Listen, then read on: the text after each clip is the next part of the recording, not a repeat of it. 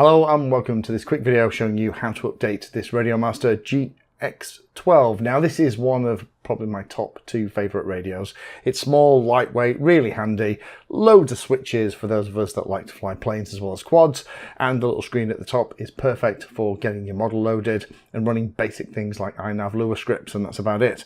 Now this one has been running a version of EdgeTX 2.11, but it was the pre-release one that RadioMaster created to go onto here, and it's about time that I updated it. As I'm recording this, Queen and Revenge, or EdgeTX 2.12, I love the names that they give these things, is now been out for a couple of weeks. I asked if you wanted to see how the updates are done, and you said yes. So if you said yes, this is for you.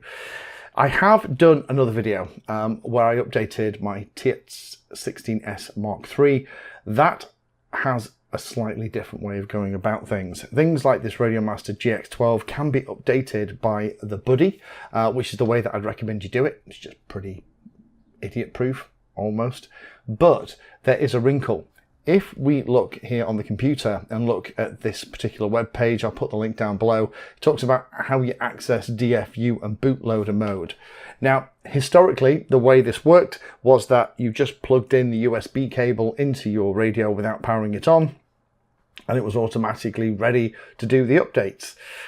That isn't always the case now. Some of these more modern radios need something extra. So here, as we scroll down, you can see that for some of the radios it's easy. However, some of them, they have particular buttons that you have to press. If I zoom all the way down, you can see here, if I eventually find the GX12, the MT12, you can see for this particular radio, to access DFU, I plug it in as I would normally. However, I have to then hold SG, which is the corner button, and briefly press the power button. I am calling this out, and I'm tempted to make a PSA about this as well. Loads of people have been in touch recently where they've been going through the update process, and because they're missing the particular combination of buttons and things that you have to do to get it into bootloader so that you can flash it, they're panicking that they've bricked their radio. So let me just jump on the desk and show you how I've updated this, and also give you a quick tip. Don't forget, as of EdgeTX 2.11 and later, the Lua script stuff has changed in EdgeTX. So if you're on a previous version like 2.10 and you go to Queen Anne's Revenge 2.12 or later, you will need to change your Lua scripts over, because the way that the Lua scripts work fundamentally changed in the official release of 2.11. Anyway, onto the bench. Now, as I mentioned in the introduction, the way I'm going to do this particular radio is using good old EdgeTX Buddy. If your radio is supported by EdgeTX Buddy, say that fast 3 times, then I would recommend use EdgeTX Buddy, because it's, in my experience, the safest way to do it. Now, there are tabs here to flash the radio firmware, which we're going to do. There's also an option to back up the radio via the SD card, and also then to update the SD card contents. I have already backed the radio up just manually, just plugged the cable into the USB port at the top, plugged it into the computer, select storage as the option, and then just copied over the files that appeared on the computer. So I kind of backed this up, it's kind of ready to go. Now what we need to do here is, first of all, is to select the settings that we need. But before we do that, as I mentioned in the introduction, there's a little bit of a wrinkle with some of these radios in getting it into DFU mode. In the old days, you just plugged it into the computer without it being powered on, and away you went with the update, and I've shown that in other videos. However, if you go into Access DFU and Bootloader, I'll put this link at the top in the video description so you can have a look at it. It kind of shows you how to get into all the different modes, and some of the newer radios require you to press extra buttons and extra shenanigans, and I'm going to make a PSA about this actually, because I've had quite a few people get in touch, because it's an awful feeling when you're in the middle of updating your radio and you think you've bricked it. It's not a good day, even if you haven't bricked it and you need to do something special. Now with the RadioMaster GX12, the thing we need to remember is device firmware update. We need to press SG. Now SG is this momentary button here on the shoulder. So I have to remember to do that. We have to press and hold SG, and then press and release the power button, only a momentary press. So that's the big thing we have to remember. So back in the main screen for Buddy, we're going to go with the latest and greatest version, good old Queen Anne's Revenge, which is the latest that's out here. If I type in, in fact I can just do GX12, it should find it. There we are, RadioMaster GX12, which is the radio we're interested in, and we can say flash via USB. So what I'm going to do, I'm going to plug the radio into the computer.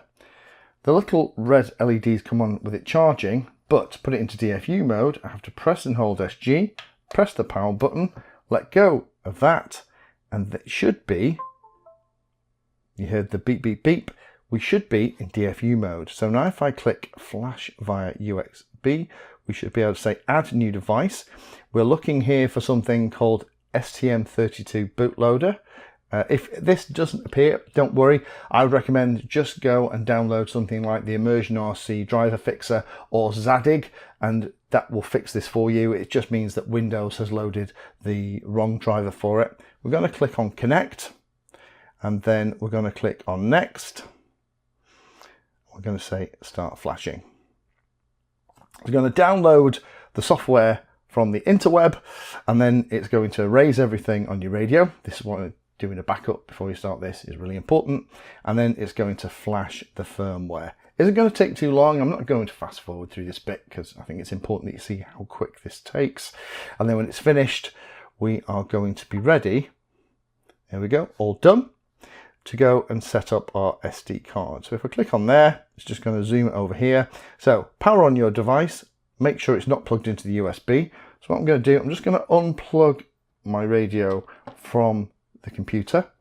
I'm going to power on. Welcome to EdgeTX. The radio.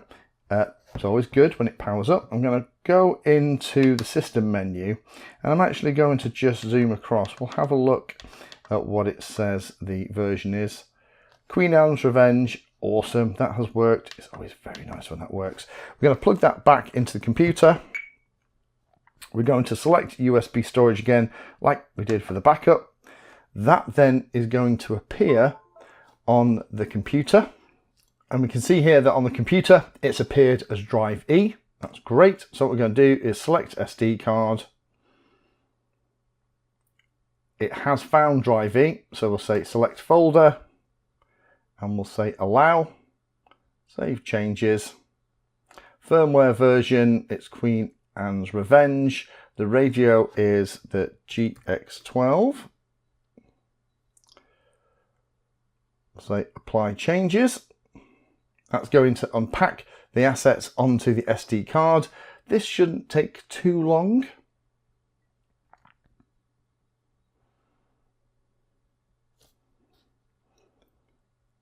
I would just select English and say apply changes as well, and then that is also going to copy over all the latest and greatest files for the language that you have. Obviously, if you have multiple language packs, this is the way you can download them and install them onto the radio. Now for this bit I will skip to the end because it'll take a minute to do this, and here we are coming into the final straight. The other cool thing is, of course, is there are different English versions available, Libby, Ryan, even things like GLaDOS if you're a fan of things like the Portal games. And when it's going to just finish that, it's going to remove some of the existing stuff. Again, just let this finish. This bit can take a couple of minutes to do. I would recommend, just as an aside, making sure that things like the battery are backed up. Obviously, with it being connected to the computer on a radio like this, it is charging the batteries internally, but I would, just as a good bit of advice, is just charge the batteries before you start again. And there we have it all set up. So the only last thing to do is to copy the Lua scripts back onto the radio. And the reason I'm saying that is because these GX12s, when they very first shipped with a RadioMaster version of EdgeTX 2.11. Now in 2.11, the Lua script stuff changed dramatically. So if you're running anything below 2.11 and you go to 2.11 or later, like 2.12 on here, you need to reinstall the Lua scripts because they changed. So that's my next job, is just to download and install the iNav Lua script onto the radio, and then she's ready to kind of give me another year's loyal service on the latest and greatest version of EdgeTX. Thank you for watching my video. Check out the playlist, and adding Painless 360 to your search terms will help you find my content. If you haven't done so already, please hit the like and subscribe button. It helps a lot. You can support the time I spend here answering questions and helping others by using the links in the video description.